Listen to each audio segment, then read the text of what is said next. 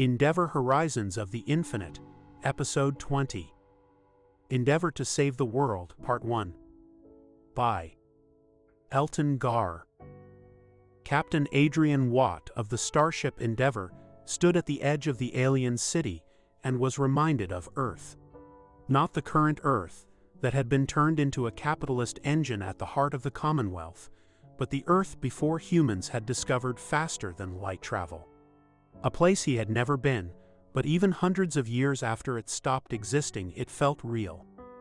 A wild place filled with hundreds of different countries, cultures, and ways of doing things. A world that hadn't yet visited another world, or decided what it would be. A world of endless potential. And all of that was about to end for this world. That was why he had come instead of Tabitha. She was good at many things, but diplomacy wasn't one of them. It's hard to believe that no one in the Commonwealth knows about this place, Regan said. It was deep in the frontier, but recently it had begun broadcasting its presence with powerful radio waves and a few dozen satellites, so it was only a matter of time before someone saw it. And someone had. Elias had followed the signal here about 10 years ago, but he had kept the information to himself.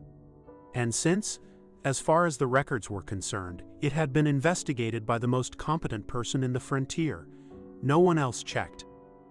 It makes you wonder how many other secrets are out here, Edric said, as they began to walk through the city streets.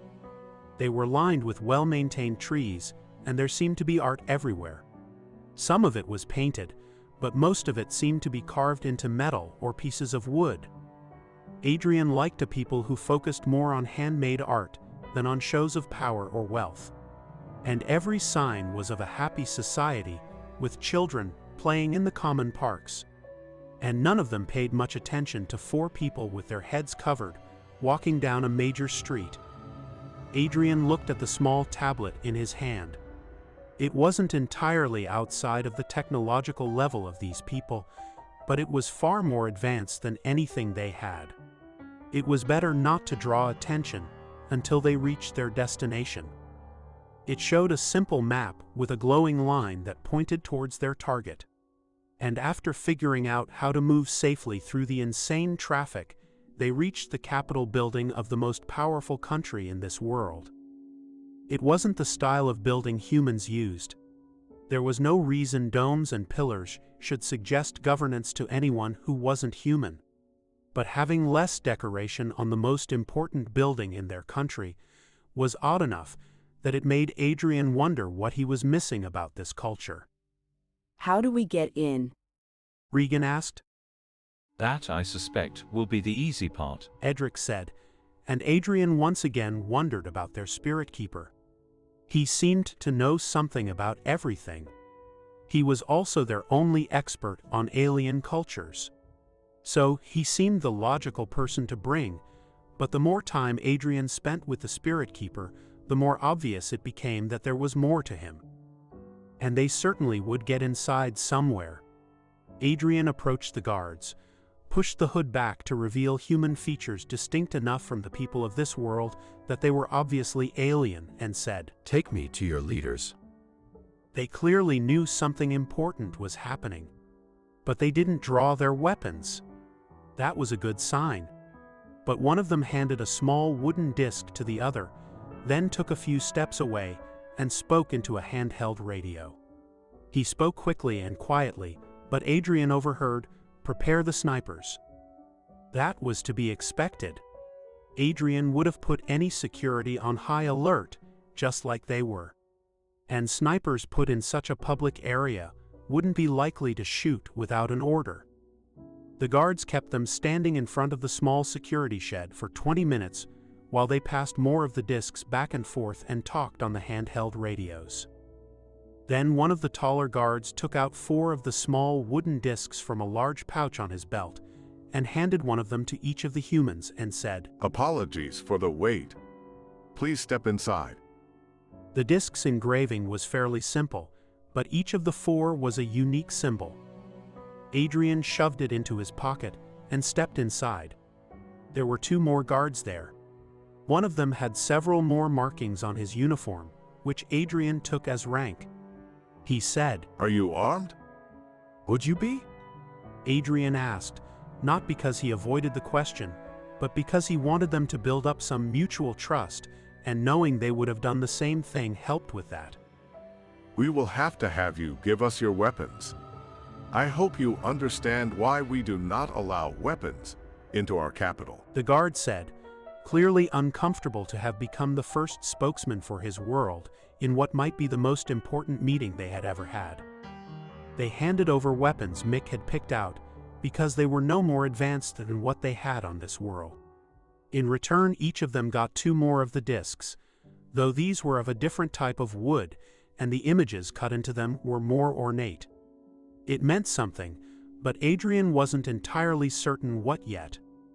An hour later, a young guard brought food.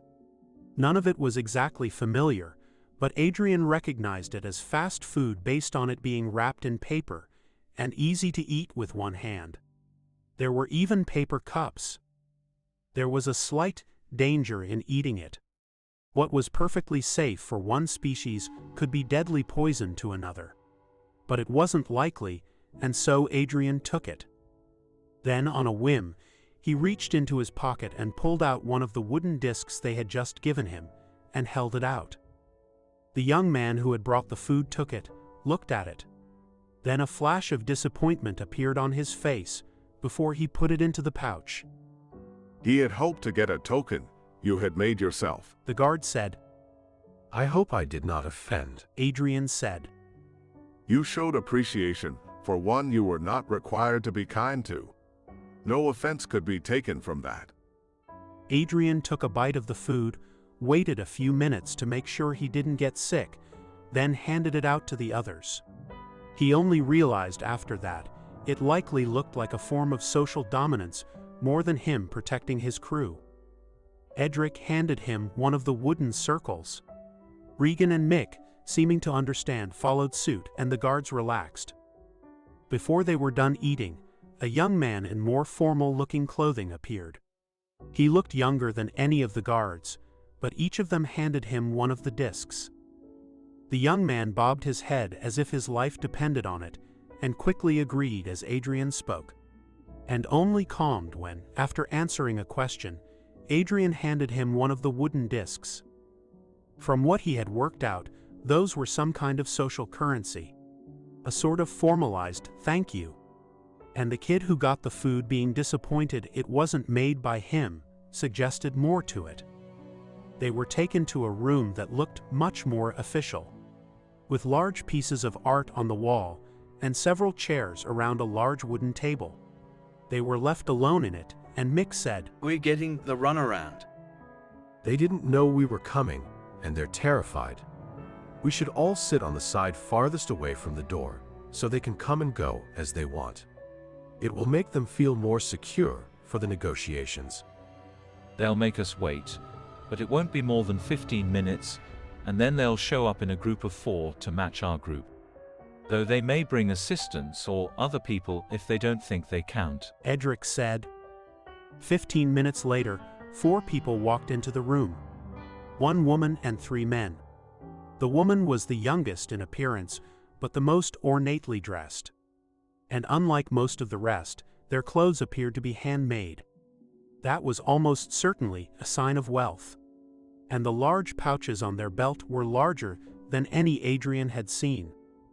They sat in a row across from the 4 humans, and once they were seated, Adrian handed each of them one of the chips. They each took it, then gave one to each of the people with him, who returned as many as they could before they ran out. With that done, they seemed more relaxed, and one of the men said, Why are you here? It was more blunt than Adrian had expected, but that wasn't a bad thing. So he said, We are from the Commonwealth. Our species has expanded to hundreds of worlds, and we are moving in this direction. So we felt it was time to introduce ourselves and tell you about ourselves. 2 of the people seemed to relax.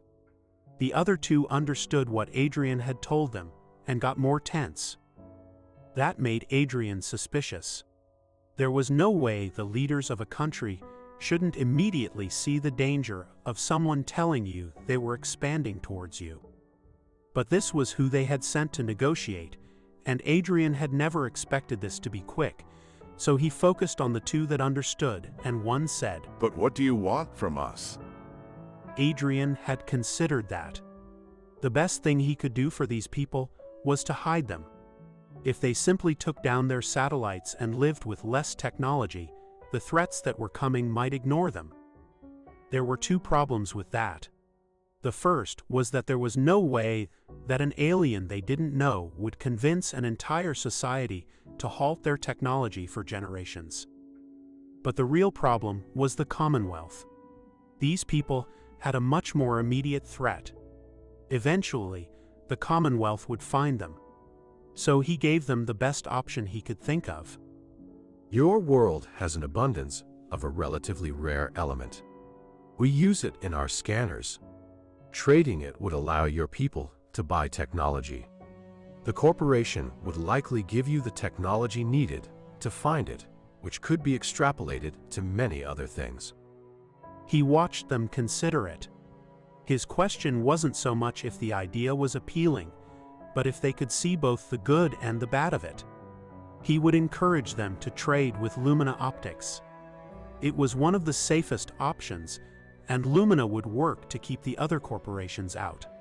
The biggest problem was that Nexa used Tentium too, and a world that didn't understand the dangers of Nexa would find themselves under their thumb quickly. Would you explain the concept of a corporation? The woman asked, and Adrian felt just a little ill. He didn't know much about their government, but if they didn't understand corporations, it would make things difficult for them. Think of it as a privately run government that acts within the laws of the larger government, but its primary goal is accumulating wealth. Edric said. But wouldn't that lead to conflicts? The man said. Adrian wasn't sure how to answer that. Lying to them didn't seem a good option. But the Endeavor was a corporate-built ship. He was still working that out when Edric stepped in and said, We have found that competition can help push a society forward. But we do not force our ideas on others. Some of that might be true, Adrian thought as the four alien diplomats discussed something. Then, almost without looking in his direction, one of the two men slid something to Edric. It was another of those wooden discs, this one more detailed. Adrian let them discuss it until they seemed done, then said, We can work out agreements that include as much or as little contact as you wish. That was a lie, because while they might convince Nexa and Lumina Optics not to waste resources if they were willing to trade, the other corporations would send ships eventually. But we must remind you there are dozens of other countries in this world. An agreement with you will not be binding for them, Edric said, giving the captain a look that he couldn't quite work out. Again there was some muttering, and one of them said, I see why you believe conflict is a good thing. You wield it well. You must know that allowing others to be made more powerful is not acceptable. Then we should make an agreement we can all be happy with, Adrian said, and they began to work out a deal. He doubted these four could actually sign the agreement, but he could work out a contract that was good for them. Tentium was rare, and this world could become wealthy trading it. He was almost feeling good about it when his communicator rang. How can I help you, Commander? Adrian said, very aware that the others could hear him and hoping Tabitha would recognize the formality in his tone. There were a few seconds' pause, then Tabitha said, I have just received word 3 ships have been sent. It seems word of this world has reached the corporations. 3 seems excessive when half a ton of Tentium could fill one of Lumina's shuttles and double the amount they got in the last year, Adrian said, not bothering to point out that it would likely take years to mine that much. It's not Lumina. Asteron Dynamics has sent the ships. Adrian groped for the chair he had just stood from to talk to Tabitha, and then collapsed into it. Asteron Dynamics had very little interest in Tentium since they didn't build sensors. They built starships. They were also the largest and most powerful corporation in the Commonwealth, and the power behind the Endeavor project. They didn't need the materials. They needed a foothold in the frontier.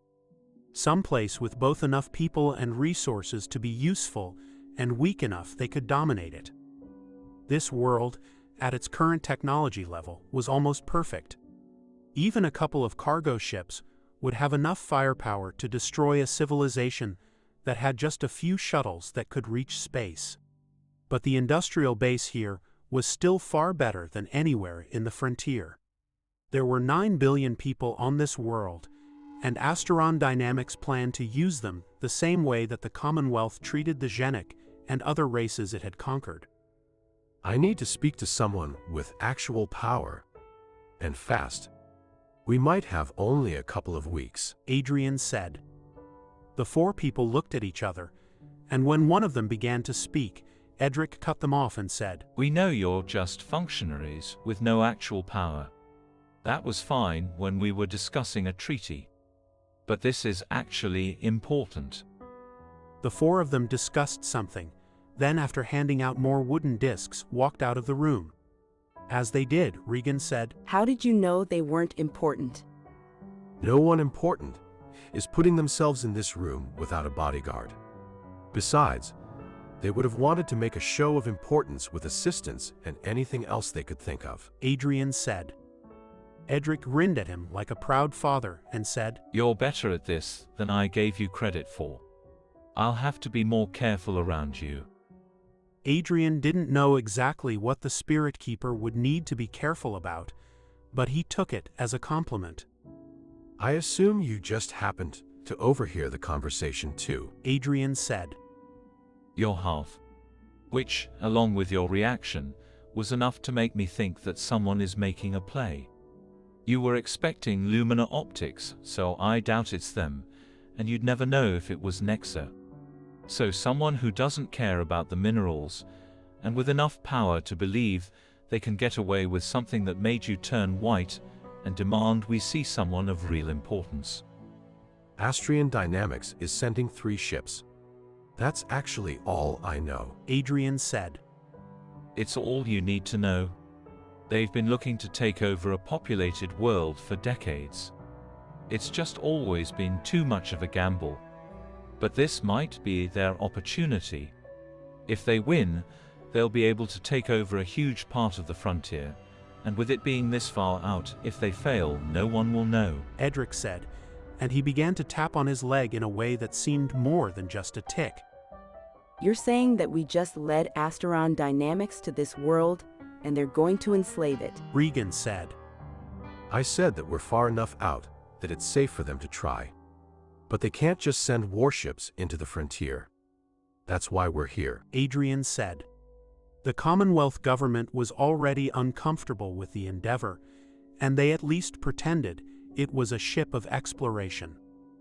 Then we fight them, Mick said, surprising Adrian a bit. He knew that the security chief was willing to fight, but he was also loyal to corporations like most of the people on the Endeavor. He also should have known better, and perhaps he did. Adrian had to get better at looking for ulterior motives. We can't. Even if we wanted to, as soon as we tried to act against Asteron Dynamics, the Endeavor's failsafes would kick in and lock us out of the ship. Then the only thing stopping them from blowing us out of the sky is the cost of rebuilding the Endeavor, Adrian said. If they can't fight them, and we can't fight them, then what do you plan to do? Regan asked. Exactly what we were sent here to do. We trade with them, Adrian said. Author's note. One illuminating trope in Star Trek, especially old Star Trek, is that they would often show up to worlds, upend their entire society because they saw it as wrong, and then leave. I wanted to play with that idea, but in the Commonwealth universe, the humans don't live in a benevolent utopia, they live in a corporate oligarchy. The type of place that wouldn't see a civilization as a place to explore, but as a new market, or perhaps something worse. More importantly, I wanted to refocus the story on the other major antagonists of this series. That is the mega corporations of the Commonwealth, and I hope that the conflict of the Endeavor's crew being trapped between what is right and what they need to do was interesting. Thank you. Elton Gar.